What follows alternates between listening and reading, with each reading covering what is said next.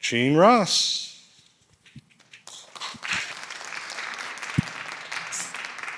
I'm the oldest daughter, if you don't know that. So thank you for your time. We're at the very beginning of sharing health data electronically. And it's at a time when I want to come to plant a seed with you and make it personal, because making what it means to you, your family, and your community.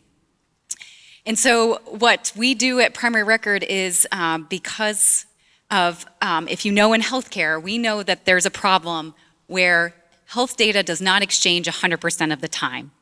And our families don't know it, and we often have to fill it in as healthcare workers.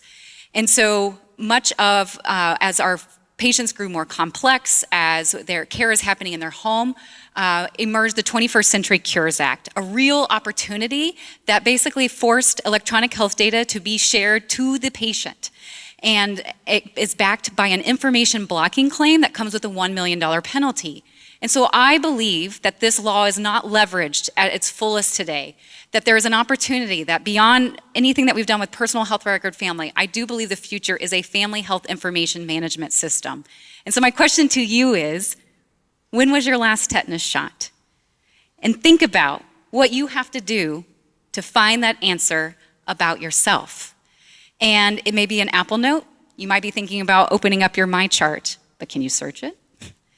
And so when you think about what our families or what the individual has to do, this is what it's becoming. Everywhere we go, we're being handed these patient portals, but yet we don't have a way to answer the questions about ourselves and relay sometimes at most critical times. And when we can't, there's a real cost to the system.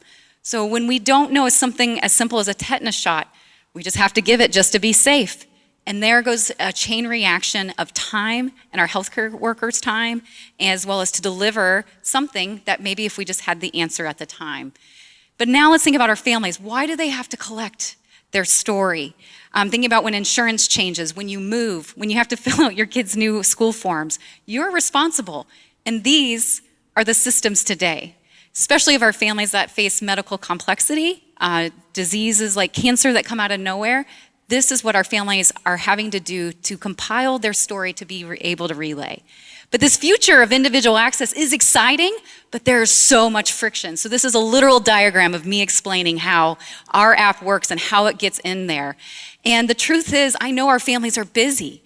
And so when they look at me, they're really like, I'm just gonna keep logging in to My Chart as my dad.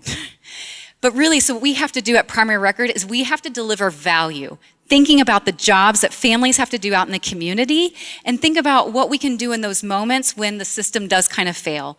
And so what I love about this is the world is APIs and electronic health data. So something as simple as sleep study unattended, but in my Primary Record, when I ask the story of that, it documents the insurance denial. It tells about how my dad couldn't get off work. There's a story behind the APIs that we're able to help our families relay.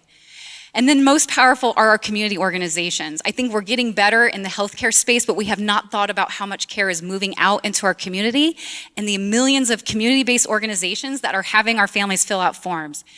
Georgine Glass is an amazing woman out in Nevada who's helping kids with Dreamsicle, has partnerships, but to hear her describe the intake form and the relay and the phone calls and the amount of time in order to help her community. And assisted living had to create a leave of absence nurse that because when their resident would go to the hospital, sometimes they would just never come back because there was not a good way to communicate what they could do at their assisted living for them, and then they were off into.